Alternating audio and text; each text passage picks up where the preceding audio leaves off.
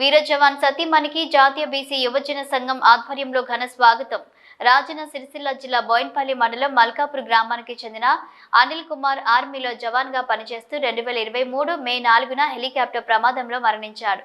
ఈ మేరకు భారత సైనిక దినోత్సవం సందర్భంగా ఈ నెల 14న పూణేలో సైనాధికారులు అనిల్ కుమార్ కు సేనా మెడల్ గ్యాలంటరీ అవార్డు ప్రకటించగా, ఈ సందర్భంగా అమర జవాన్ అనిల్ కుమార్ సతీమణి సౌజన్యకు సేనా మెడల్ అవార్డుతో పాటు సౌజన్యకు వీరనారి టైటిల్ అందజేశారు.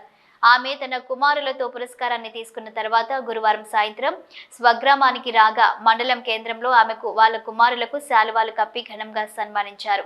అనంతరం మండల కేంద్రం నుంచి జాతీయ బీసీ యువజన సంఘం ఆధ్వర్యంలో భారీ ర్యాలీతో గ్రామానికి చేరుకున్నారు. ఈ సందర్భంగా వీర జవాన్ అమర్ రహే అంటూ నినాదాలు చేశారు. ఆర్మీ చీఫ్ అందించిన మెడలను అనిల్ కుమార్ విగ్రహం వద్ద ఉంచి ఘన నివాళులు అర్పించారు.